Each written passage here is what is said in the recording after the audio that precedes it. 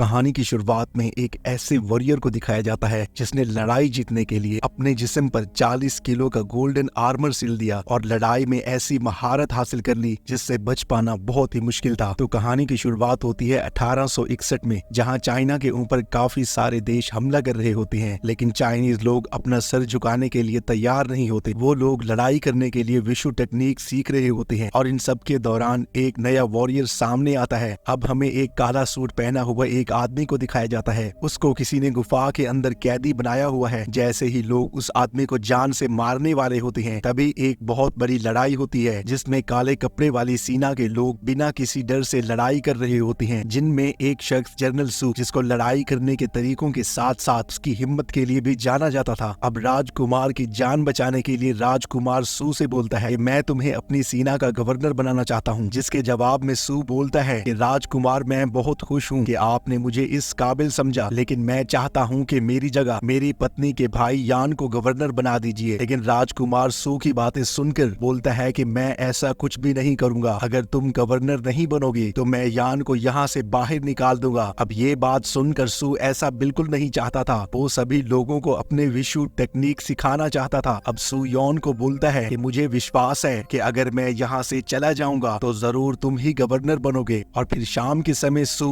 अपने पत्नी को लेकर वहाँ से चला जाता है और इसी तरह करते करते 5 साल गुजर चुके हैं। सू और उसका परिवार खुशियों के साथ जी रहा होता है और इसके साथ साथ सू अपनी कुंफू को बेहतर बनाने में लगा होता है। अब यान सू के परिवार से मिलने जाता है और इस दौरान यान अपनी बहन जिंग से मिलता है, जो कि उससे अपने बेटे फ्रैंक की मुलाकात करवाती है। यान को अपने पिता की बोली किसी बात पर विश्वास नहीं है। असल में वो यहाँ पर लड़ाई करने के लिए आया हुआ है। अब यान को पता लग गया था कि उसके असली पिता को इस बूढ़े आदमी ने मारा है। यान उन 5 सालों में एक खतरनाक तकनीक सीख चुका था और झूठ बोलने की वजह से वो इस बूढ़े आदमी को मार देता है और ये सब जिंग देख लेती है और अपने बेटे को लेकर वहाँ से भाग जाती है। लेकिन आखिरकार माँ और बेटे को पकड़ लिया जाता है और यान के सामने लाया जाता है, जो कि अभी भी खून चाहता है। अब ये सभी खबर सू को पहुँचती है कि उसके पापा को मार दिया गया है, इसीलिए वो जल्द से सभी को बचाने के लिए जाता है। लेकिन जब तक वो वहाँ पहुँचता है सभी लोग मर चुके होते हैं। तभी अचानक ही उसके ऊपर बहुत सारे खंजर चलाए जाते हैं, लेकिन अपनी तकनीक की मदद से वो सभी खंजरों से बच जाता है। वो अपनी तलवार उठाकर उस लड़की से लड़ने लगता है जो उस पर खंजर चला रही होती है। ये लड़की काफी ज्यादा अच्छी लड़ाई कर रही होती है, लेकिन सू भी छोटा मोटा वॉरियर नहीं है, वो भी अच्छे से लड़ाई कर रहा होता है। सू इनसे खतरनाक लड़ाई करता है। दूसरी तरफ यान, जो अपने असली पिता को श्रद्धांजलि देने आया हुआ था, लेकिन तभी वहाँ पर सू आता है। सू अपने पिता की मौत का बदला लेना चाहता है। दोनों विशु मास्टर नदी के किनारे में लड़ाई करने लगते हैं और कुछ ही देर में सू को महसूस होता है कि उसकी तलवार यान के सामने बेकार है और तभी शू को पता चलता है कि उसके शरीर पर एक कवच सिला हुआ है। अब दोनों बिना तलवारों की लड़ाई कर रहे होते हैं और सू अपनी बढ़िया बढ़िया तकनीक दिखा रहा होता है। लेकिन ऐसे ही मौके के लिए यान के पास कोई खास तकनीक यानी 5 पंजों वाली एक तकनीक को यूज करता है। यान बिल्कुल अपने असली पिता की तरफ बन गया है। बेचारा सू लड़ाई में हार जाता है, लेकिन यान उसकी जान बख्शने का तय करता है और वो उसे उठाकर नदी में फेंक देता है। अब सू की पत्नी ये देख नहीं पाती और अपने पति को बचाने के लिए पानी में कूद जाती है। अब सू की पत्नी उसे नदी से निकालकर एक स्ट्रेचर पर रखकर पहाड़ी के ऊपर तक खींच रही होती है, लेकिन इतनी देर तक सू को खींचने की वजह से उसके पूरे शरीर से खून निकलता है और वो स्ट्रेचर उसके हाथों से छूट जाता है और पहाड़ी से नीचे गिरने लगता है। लेकिन तभी एक डॉक्टर यू नाम की एक औरत उनकी मदद के लिए वहाँ पर आ जाती है। कुछ समय बाद सू को डॉक्टर यू के घर में होश आता है। यू और यिंग के बीच अब ठीक ठाक दोस्ती हो गई है। सू बड़ी मुश्किल से उस जहरीले पंजे वाली तकनीक से बच पाया, क्योंकि बहुत ही कम लोग हैं जो उस हमले के बाद जिंदा बच पाए थे। उसके सीधे वाला हाथ तो बिल्कुल खत्म हो गया है। इसके बाद सू बहुत ज्यादा दुखी होता है कि अब मैं क्या करूं, क्योंकि वो अपने हाथ की वजह से बहुत ही ज्यादा दर्द में होता है और शराब के सहारे अपनी जिंदगी चला रहा होता है। बहुत दिन गुजर जाते हैं, लेकिन सू अभी भी होश में नहीं आता। वो अभी भी शराब में डूबा हुआ है। अब एक दिन यिंग सू से बोलती है, मैं बहुत समय से इंतजार कर रही हूँ उस दिन का कि आप पहले जैसे बनोगी, लेकिन मुझे लगता है ऐसा होना बहुत मुश्किल है। अब ये बात सू के दिल पे लग जाती है और वो अपनी टेक्निक्स को यूज करके ताकतवर होता जाता है। लेकिन एक दिन उसको दिखाई देता है कि 2 बूढ़े आदमी किसी तकनीक की मदद से हवा में उड़ रहे हैं। वो दोनों उन बूढ़े आदमी का पीछा करते हुए एक खास जगह पर पहुंच जाता है। ये जगह तो ऐसे लग रहा था जैसे कोई सपना हो। तभी काले कपड़े पहना हुआ एक बूढ़ा आदमी सू से बोलता है, तुम्हें भगवान विशु को हराना पड़ेगा, तभी तुम बहुत ताकतवर बन जाओगे। लेकिन ऐसा करना सू के लिए बहुत मुश्किल था, क्योंकि उसके हाथ में तो पहले जैसी ताकत थी, लेकिन उसका खुद पर विश्वास खत्म हो चुका था। अब